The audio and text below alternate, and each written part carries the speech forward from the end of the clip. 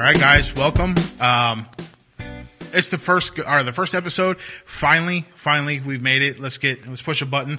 Pew, pew, pew, pew, pew. We did it. It's the first episode. I'm so excited, Alex, man. I can't believe it. I'm jumping inside my chest. My heart's literally about to jump out of my chest. As y'all can see, I've got my own logo going on my shirt. I tried to get Alex to wear his. He thought it would look too good to wear it. So he decided not to wear it. Anyways, guys, welcome to the first episode of Ignite Your Faith. I'm Jason. This is Alex, and we are the Bearded Christians. Alex, first of all, man, I really want to say thank you. You're the one that's really helped me pull this off. You've helped pull it all together and make it right, along with the church that would be Messenger Church in Fenton, Missouri. But, man, big thank you. I really appreciate your help on this. This is fantastic. It's kind of a dream come true, in all honesty. Well, no, man. It's been... I've had it on my mind all week. Doing a podcast has kind of been in the back of my mind. So when you came at me with the opportunity, it just kind of seems like God put things together just right. So I'm glad to do it. Yeah. It looks like it's going to be a lot of fun. And honestly, I am very introverted. So when it comes to actually doing small talk with people, so if everybody wants to go, hey, what happened on the Blues game? I'm like, But when it comes to doing something like this, I can honestly sit here and carry on a conversation because it's deep thought. I can dive deep into my brain and actually pull things out and discuss important topics. So this is right up my alley, and I'm really looking forward to doing this. So as promised, we had talked about doing testimonies. Today we're gonna, I think, just stick with Alex's testimony. I think he's got enough in there. Mine's really kind of just I think Alex has me beating the testimony area. No, there's no, let me say this. And we were talking beforehand. Everybody's experience is different, and there's people out there that'll relate to his experience that won't relate to mine. There's people that'll relate to mine that won't relate to his, and the whole purpose of this with igniting our faith, we can't get like one person's testimony is a little better than the other. We're just on different journeys at different times, and we've all been through stuff. You know what I mean? Yeah. Next week, hopefully, we'll be getting into his testimony, and I'm going to pick a little bit, and I bet you it's a lot more interesting than what he's actually giving credit to himself for. I don't know about all that. I'll let y'all can be the judge of that one. We'll see. We'll see what goes on with that. But I guess let's go ahead and get into it, man. Let's dive down that hole and see where you're at with it, man. Absolutely. Start wherever you want to start at. Where to begin?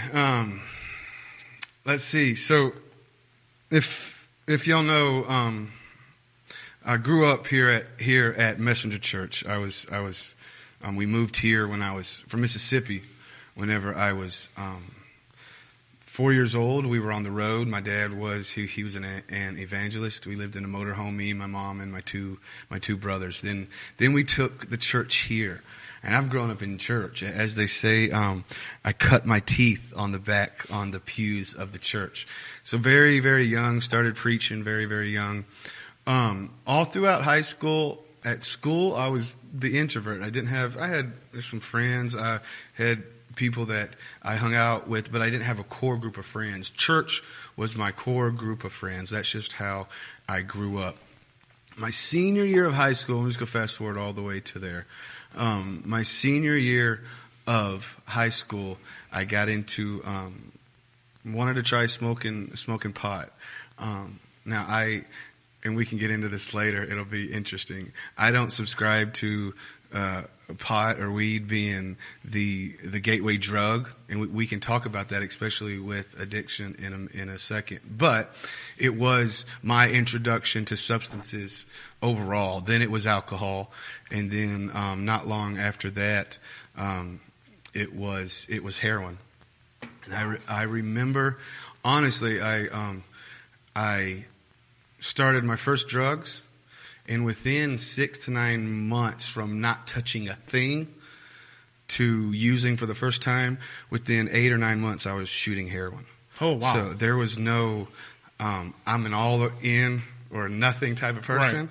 And whenever I did drugs, I took my first hit, my first drink, and then within 6 to 9 months, I was sticking a needle in my arm. That's crazy. I was all in. I loved getting high. That's what I wanted to do. So I started doing that, and then right after high school, I went to college, down to Messenger Bible College. I made it one semester, got put on disciplinary probation. The first semester, got kicked out. My second semester, Well, like you said, you go all the way. No, I do. And it was a funny story though. I don't think this will get me in trouble. So I got into a bunch of trouble. I had, they found pot on me on the campus. It fell out of my pocket and somebody told on me. And then I had also, I pranked a whole bunch of people, and different things. And so I got in trouble for that. One of the last things, it's completely off the subject, but one of the last things we were in the guy's dorm, and I was in the shower, and I came out of the shower, had my robe on, and a bunch of the dudes threw me outside in the snow.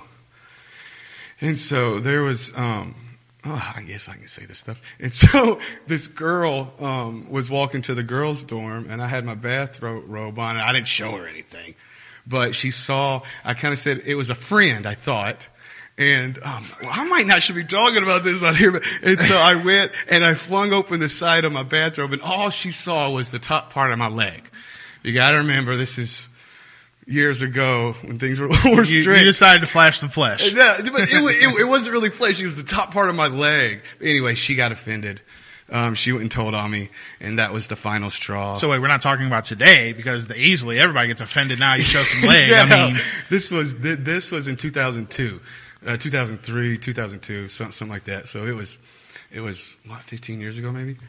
Excuse me. So I get kicked out. I come home, and it is just full on whatever I can get my hands on.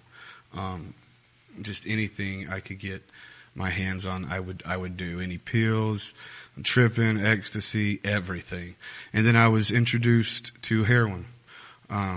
If you're from the St. Louis area, right over an apartment complex, about 5 minutes down the road from here. It was really interesting because it was me, a buddy, and he was a good friend too, even though he introduced me to heroin. He grew up in church, in a Pentecostal church. We had he wasn't a pastor's kid, but we had the exact same childhood.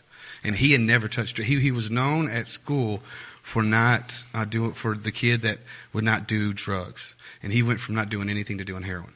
Right? Wow. Exactly. So we had that's a heck of a jump. We had really similar stories, but we were there in this parking lot. And another buddy came up, and not to get deep into it, but he was breaking it down, and he said, "Why do you want to do this?" And I said, "I don't know."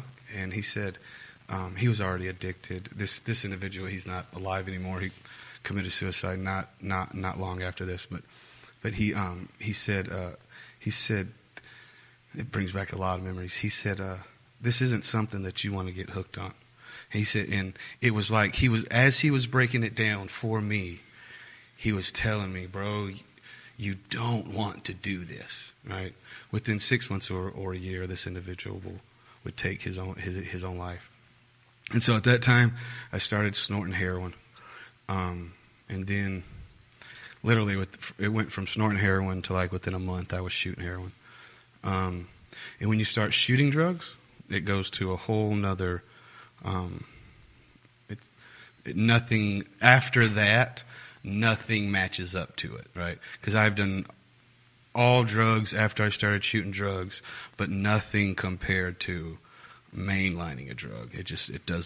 Nothing did. And so anything that you got your hands on after that, whether it was cocaine, whether it was meth, whether it was just pills that you could break down, you wanted to mainline everything. And so you become just addicted to the method of using as you do to the drug itself, it's really interesting. But you'll hear that a lot. Mainlining drugs is a whole different level. So then I started mainlining. I stopped for a little bit, and on 21st birthday, went out for 21st birthday, started drinking. I don't remember the night at all. Just I know that I totaled 5 cars and made it from U City to Kirkwood. And along the way, I hit a car, backed up, hit another car, and I ended up And here's where God was involved. The last car that I hit, their car had just been stolen, and it was a rental in their driveway. And if the car wouldn't have been there, which the car hadn't been there for days because their car was stolen. Right. If the car had not have been there, my car would have been in their little kid's bedroom on top of the bed. Oh, Right. that's horrible. I know. So I hit them. I back up. My car's not run. It's not my car anyways. I took a friend's car. So none of my cars made it down. All the airbags are out. I splintered the windshield with my head, and I picked up my first felony before leaving the scene of an accident. That was my introduction into the criminal system. When I was 19, me and some friends got busted with an 8-ball of cocaine, but the guys whose it was, he told the cops that it was his. So me and my friends, we didn't have to, we were all out for his birthday or my birthday on my 19th birthday. My 21st, I get arrested again, catch my first felony. I went from heroin to alcohol, back to heroin after that. That's where the story goes dark. In this time, people ask, like, they ask addicts, why can't you quit? Or why don't you quit for a person? Why didn't you quit for your parents? Why didn't you quit before you? And when you're in the middle of addiction, you get in this tunnel vision and nothing else exists, right? There's no choice if nothing else exists, right? So all you have is the drug. Right. The family, the kids, the people, they don't exist in this world, right? All that they exist after the high comes, but until I get high, it's literally like there's blinders and nothing else exists. And so it's not like people are choosing drug over family. It's until they get that drug. They're locked in that tunnel vision. Nothing. I mean, the family doesn't exist. And I know it's really hard for people to explain that don't battle addiction, because to the rational mind, to the rational person, you're like, wait, they always exist. You're always making a decision. But to the addict, in your brain, they don't exist. Right. But then in your heart, and when the high comes down, you're faced with the reality that they do exist, and you are hurting them, and then you get high to not feel the hurt that you're. So it's just this perpetuating cycle over and over and over again. So let me ask you a quick question. Yeah. Would you say that that's so that the drug actually chemically alters the mind for a temporary, literally just through the actual buzz or the high, that it will actually continual use will rewire the brain. Right? Got you, and make it more permanent? Oh, not permanent.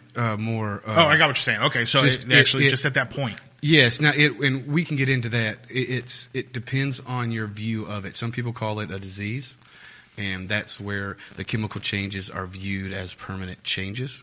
And then some people view it as a learning process that can be unlearned. Gotcha. And so it depends on your view, but prolonged use changes the chemical makeup of the brain, yes, and that's been proven with neuroimages over and over and over again. Gotcha. So it feeds itself. Also, a cool thing is initiation of the drug has a lot to do with your social environment, right? So your family, the people that you hang out with. The maintenance of the drug, there's been studies that have shown that it's more connected. There's a genetic connection, right? So you and me do drugs, right? We hang out all the time. Let's say both of our families do drinking and drugging. We do drugs. What makes you be able to stop and me now trigger something that doesn't allow me to stop? That's the maintenance. So the continuation of the drug after the initiation phase they're showing some sort of genetic connection. Now, not that there's an addict gene, but there's some predisposition in the genetics that makes some people more predisposed to continuing the behavior after the initiation of the drug.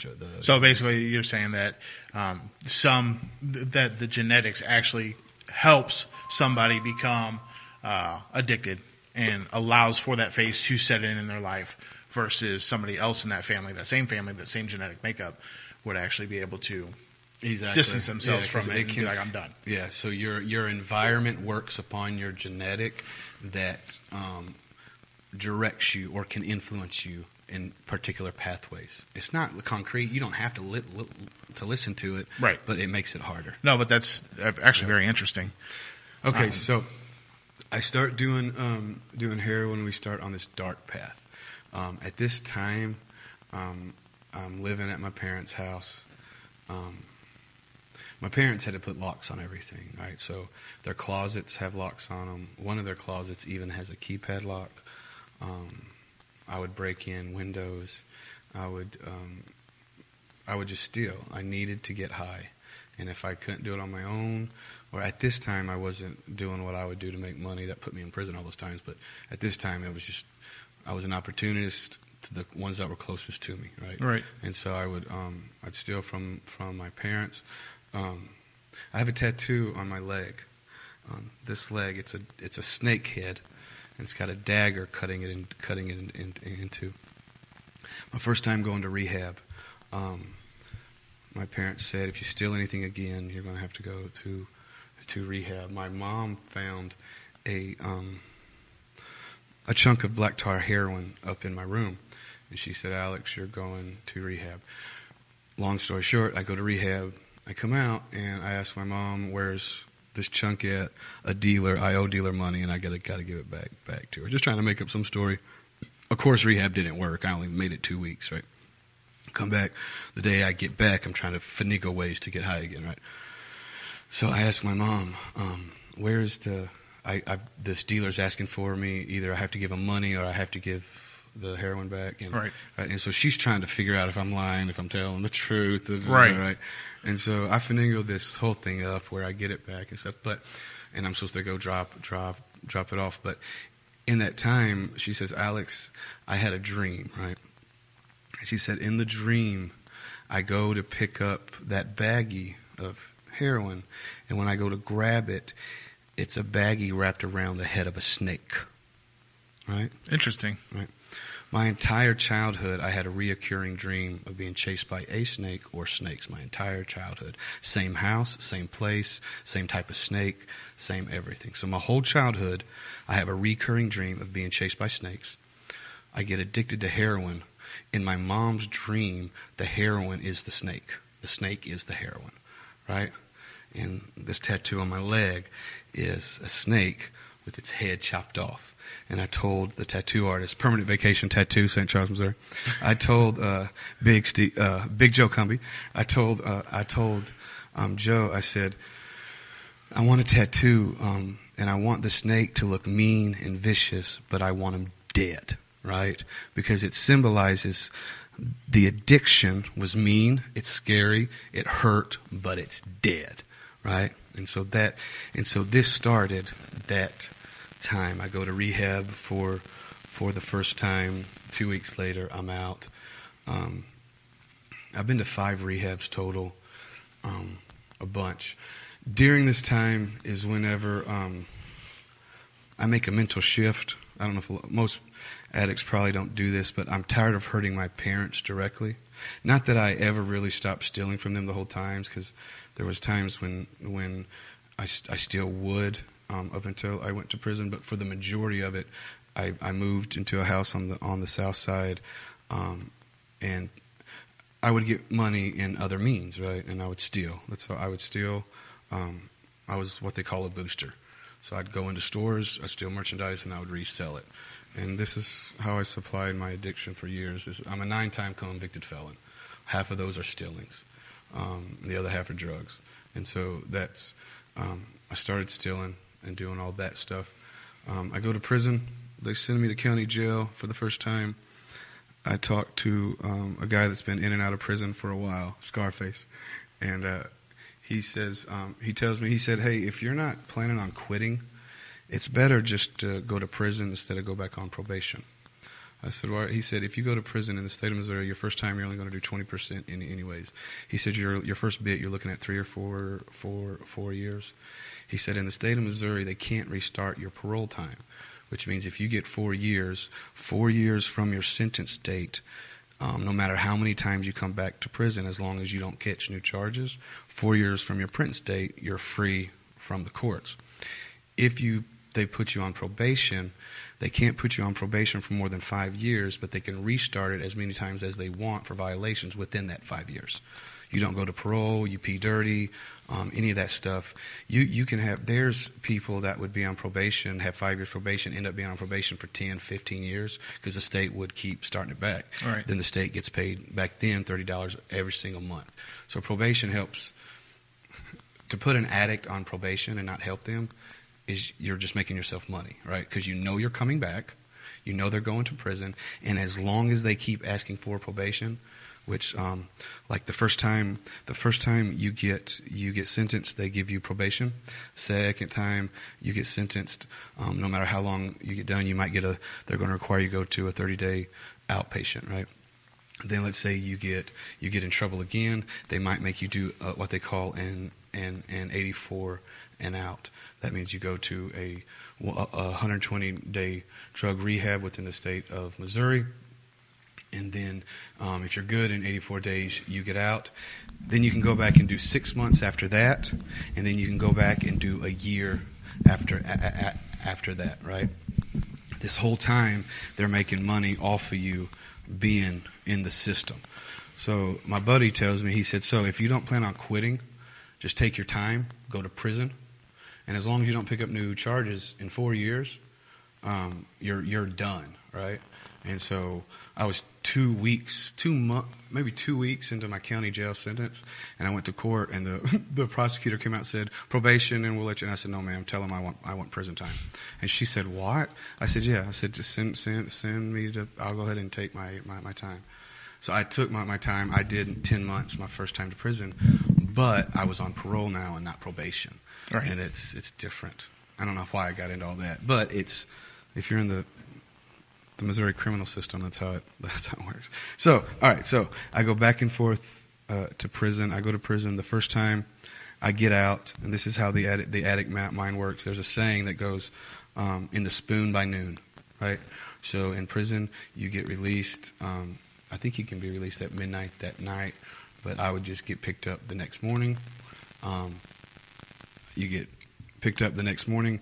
I had a needle in my arm by noon that same day, right? So you really come out of prison, the day you get out, you're shooting up drugs. Right. Because there was no desire to quit. I didn't play, right? If I'm an addict, I'm an addict. I had accepted my life, what I thought was my life at this time. Go to prison a second time.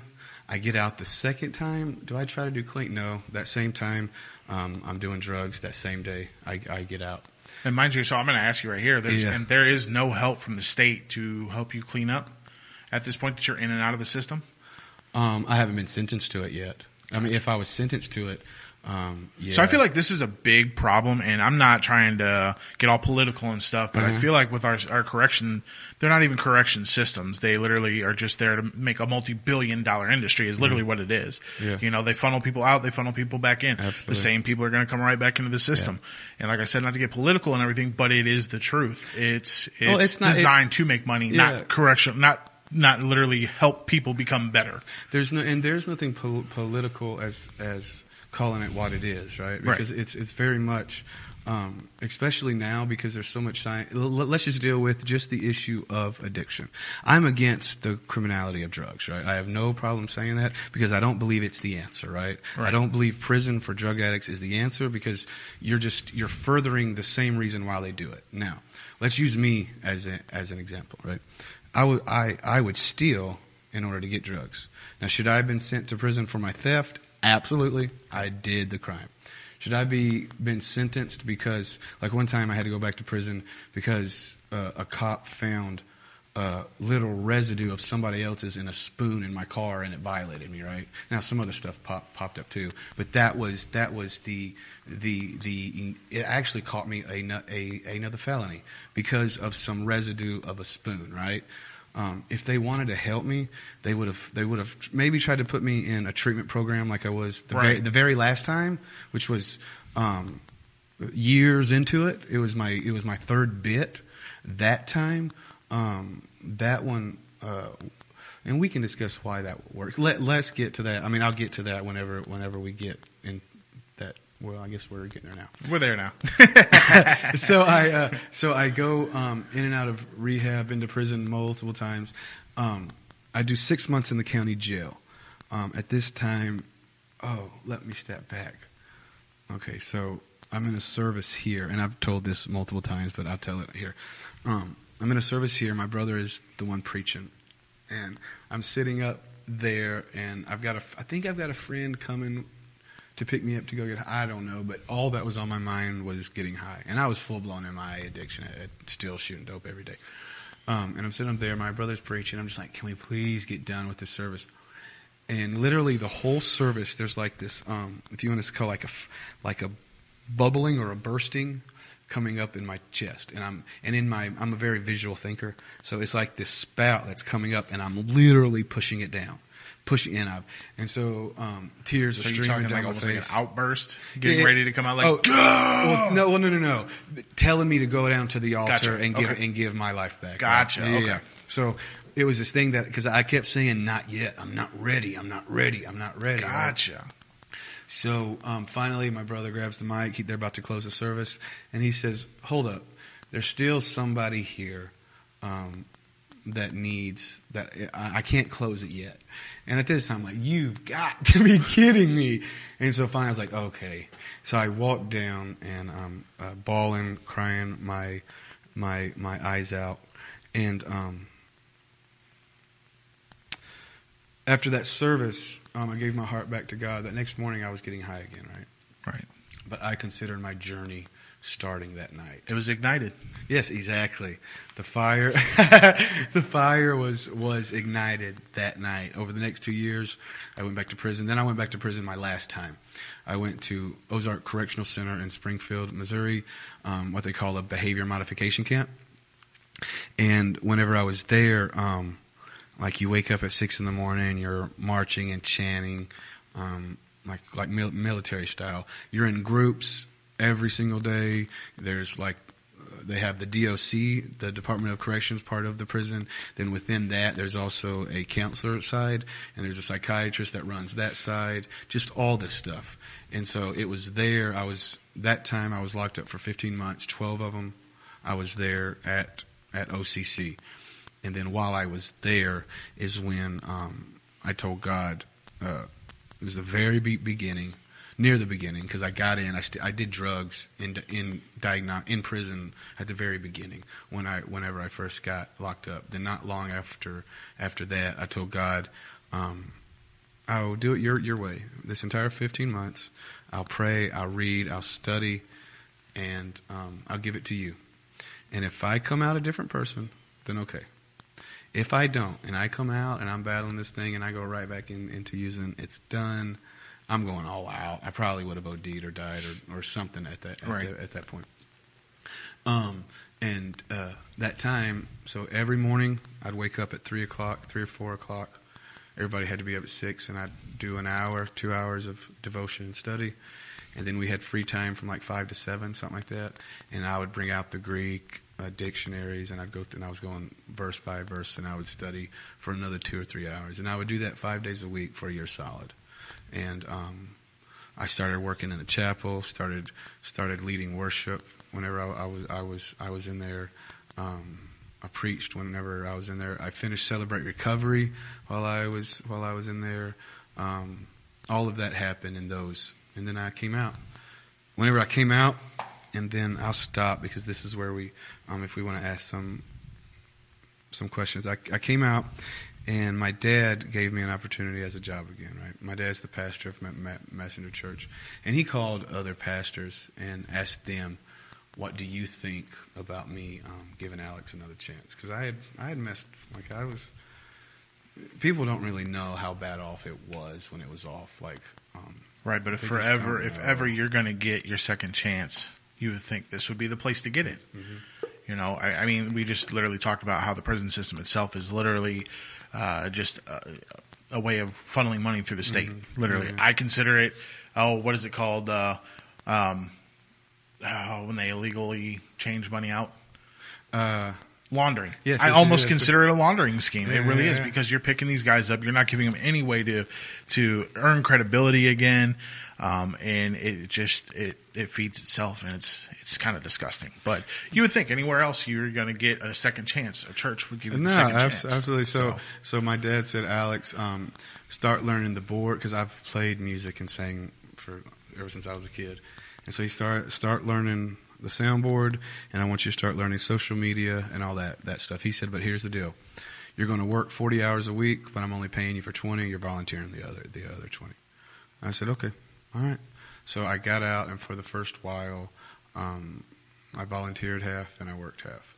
And I just started learning social media, all graphic stuff, music stuff.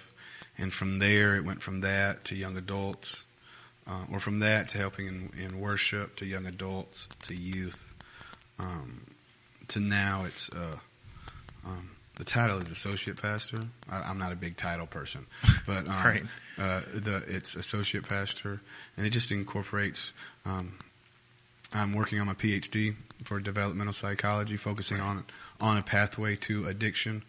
I've got about a year of classes and then a year of my dissertation left. Yeah, you wouldn't even let me. You wouldn't even let me label you as Pastor Alex. You're just like, no, keep it Alex. And so, this is it's been a long journey, and there's a lot of stuff. It would take a long time to unpack everything, but that's kind of the gist. And along this podcast, I talk about myself a lot, so I'm sure. More stories. Oh, we're gonna get more out of you. More, because there are some cool, prison stories or some old stories that are very interesting and stuff like that. So that's in a nutshell. That's my testimony. So I guess one of the most important questions I want to ask you is, can you go into a little bit more depth? How did you overcome your addiction? Oh, okay. That's actually a hard question. Was it that point that you were at church and you felt that, like I said, I called it the ignition, where God finally was ignited in your heart and you're telling him, nope, not right now? That was the beginning of the journey, but nothing was overcome at that point. Right. I was still, and that's where people need to understand that when you get saved, you can be saved and still be in chains, right? And that's just because you're saved inwardly doesn't mean your outward man is free. And for a lot of people, it's not instant. For me, it wasn't. There's still things that the roots to why I used are still there today, right? And so God didn't take them, right? Right. And Pastor talks about that too. Yeah, he quite a bit. He talks about Paul. Whenever Paul prayed that the thorn in his flesh, he said he prayed three times, and God said, "No, my grace is sufficient for you." Whether you think, because there's this argument what the thorn in the flesh really was, whether it was a person or whether it was a sickness. To me, that really doesn't matter. The fact was he prayed to God to ease his circumstance, and God said no. Right? I'm not going to take away something that you view as a hindrance, because sometimes what we view as hindrances are God's are God's roadblocks or God's when you're going on a mountain, the guardrails, right? Yeah. There's sometimes hindrances are just they're confines to keep you on the path. Right. Our hindrances can be God's God.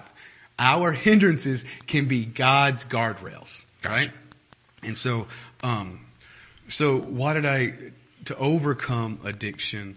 I believe it's because there's a pathway to addiction, it's consistent commitment to progress on a daily basis. The old NA saying is a day at a time.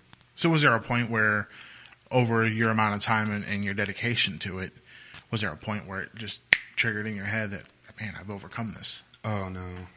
No, it's just an ongoing battle, a constant... So how to unpack that? So, because the way I'm kind of looking at it is, you're never perfectly healed. There's, oh man, I don't want to say this the wrong way. I really don't. I feel like even though you've conquered that part of the journey, there's still that ability to sidestep off your journey and Yeah, go yeah. the wrong way. So it's always in the back of your mind that that's there, and it's you have to keep that suppressed, and you have to keep moving forward. Well, okay, I don't want to use the word suppressed, but there's specific why I want to use specific language because. Okay, within the disease model and within the disease, one of the critiques of the disease model is that if it's disease and it's permanent, it can make the addict feel useless or powerless, right? Right. Which the first step is admitting you're powerless, but that's a different powerless. It's a powerless to be able, I have the power to admit, right? So there is power, but the powerlessness is your ability to change without help, right? That's what we're powerless over.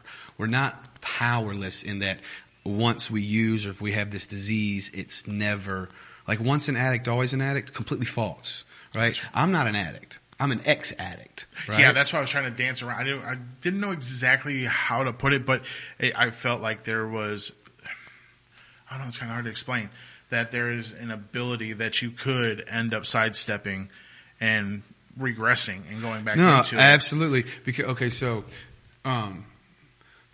we'll get into coping mechanisms. How about that? All right. So addiction is a coping mechanism. Right. Whatever level that you want to say it is. To me, addiction is not the problem; it's the symptom. Right. Okay. So but what is modern medicine? They treat symptoms. Right. They don't want to get at root problems. Right. Right. And so with addiction, it's a symptom of a problem, and usually it's a symptom of a coping mechanism. And when we say coping, it's the ability to come back to homeostasis after something has entered the environment or your thoughts or yourself that brings you out of balance. Gotcha. So addicts use to feel like they're balanced when things in the environment, even if it's their own choices, it doesn't matter. They're not feeling well from whatever it is, and so they use in order to achieve balance. Right. So, what was the original question?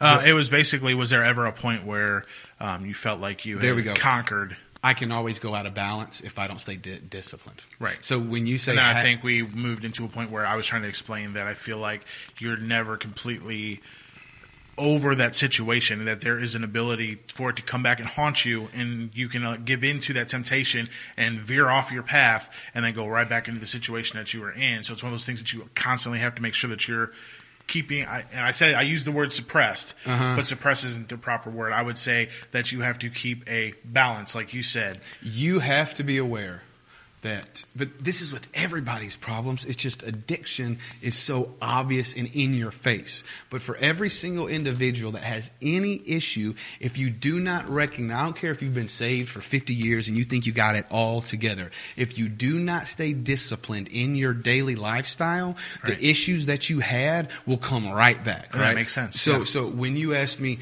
are you overcome? I'm overcome in the sense that I recognize if I don't stay disciplined, it's right there waiting for me. Here's a good analogy. This is what I use for myself. Addiction, not what made me an addict is a beast inside of me, right? Right. But I like the beast. You just have to feed it properly because it's going to crave what you feed it. If you feed it drugs, it's going to crave the drugs, right? But that same beast creates drive, it's focus. In other areas, it's the very reasons why I'm successful. Right. But when it's angled or disorder, when it's out of order and going into something else, then it manifests as addiction, right?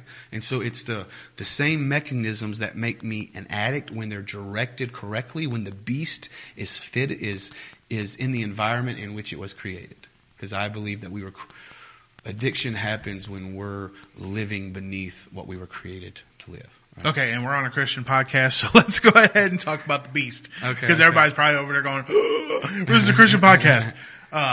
So that beast, I call it passion. Oh, no, not desire. I'm literally thinking of like a wild tiger, like a wild animal. That is like I'm literally thinking of this tension, this drive, this energy. That it's not just passion, because it can be put into. It's this unease.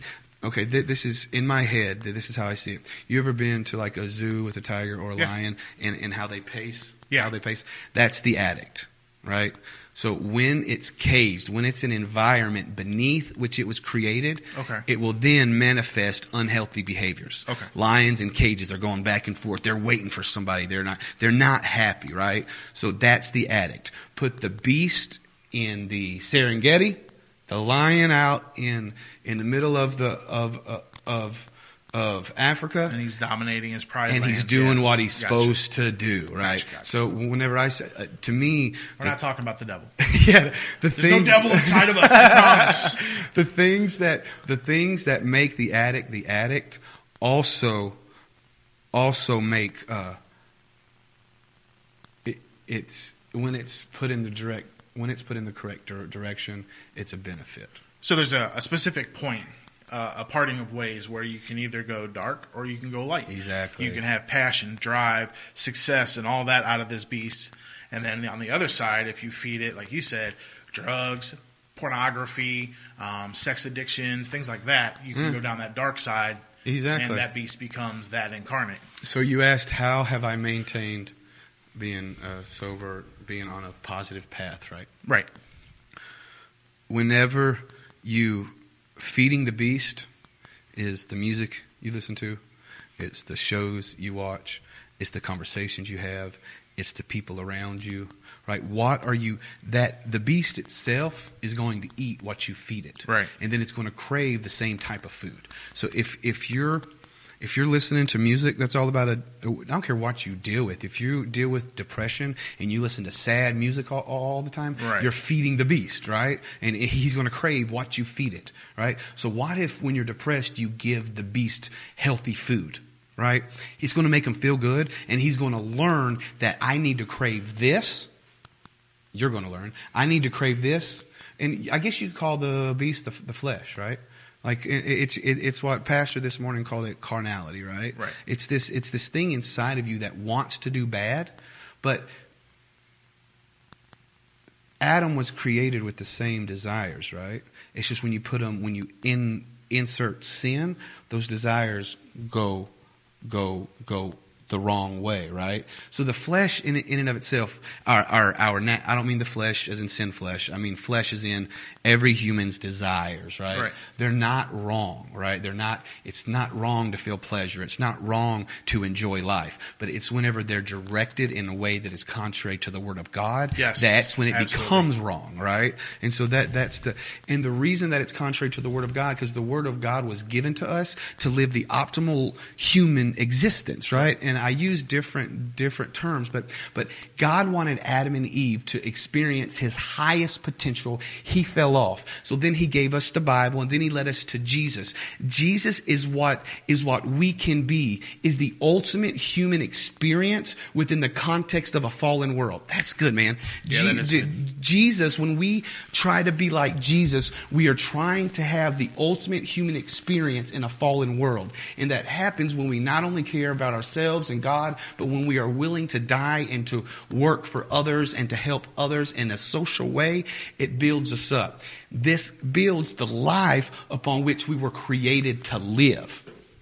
When you're living beneath the standard that God has for your life, negative consequences are going to manifest. Right. Those negative consequences can be all the sins, right? Addiction, gossip, anything, right? But for me, it was addiction, right? I was living beneath what God called me to, and I couldn't handle it.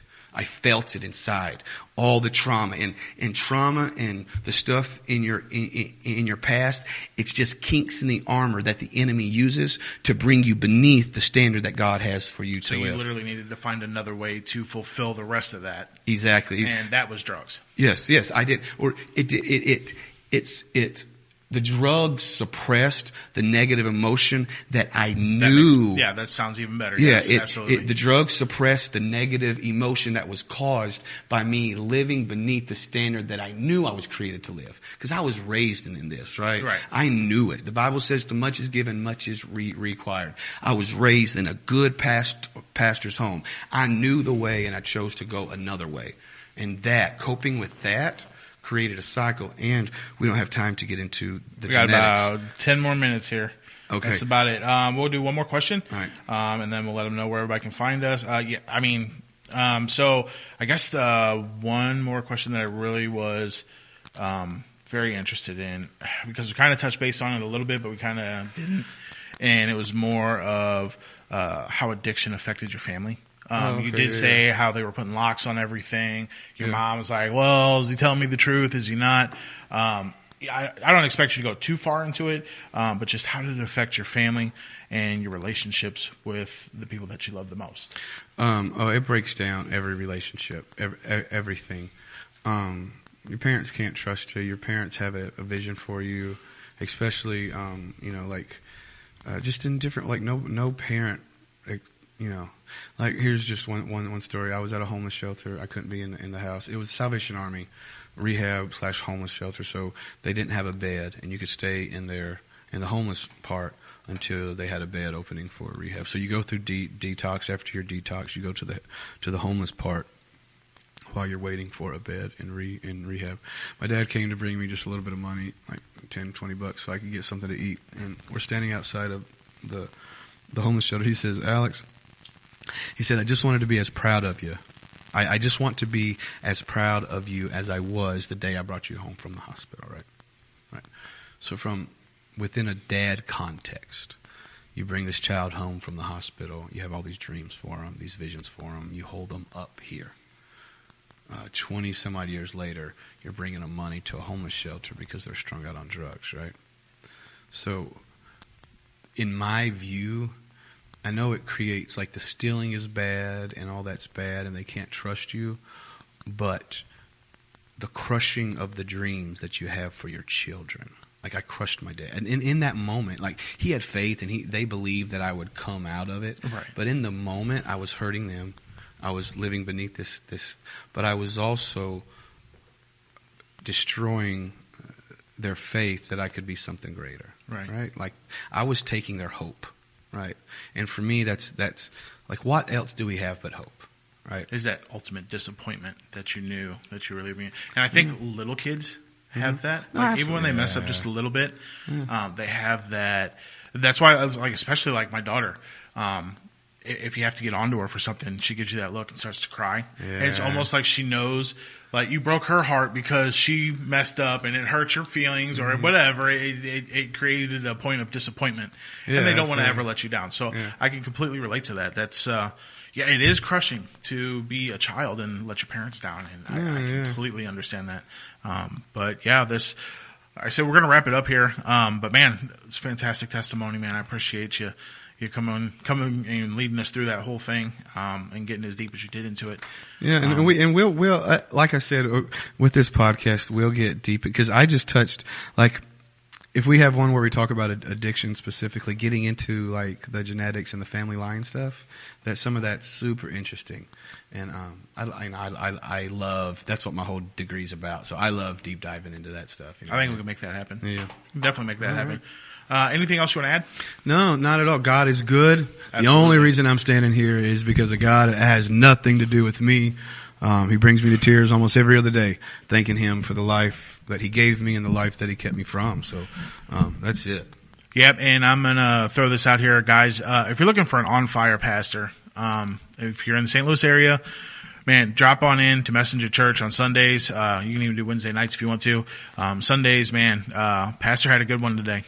It definitely moved me a lot today. But he never fails. He delivers amazingly. Get down to Messenger Church in Fenton. Summit Road, I believe, is where it's at. I don't know the exact address. 602 Summit Road, there Fenton, we go. Missouri, 63026. The man that works here knows what the address is. I've been here 34 years. Other than that, guys, thanks a lot for listening. This is Ignite Your Faith. We are the Bearded Christians. You can find us on all the major podcast channels, Spotify. We're on iHeartRadio. Just, literally look up our name and you'll find us. If you want to, you can also get on our YouTube channel. That is, just look for Ignite Your Faith. I'm pretty sure it'll pop up on YouTube. If you would rather watch the, basically watch me make funny movements with my belly and hands. So. Other than that, guys, thanks a lot for listening. We love you guys. Stay blessed and peace out. Thanks a lot.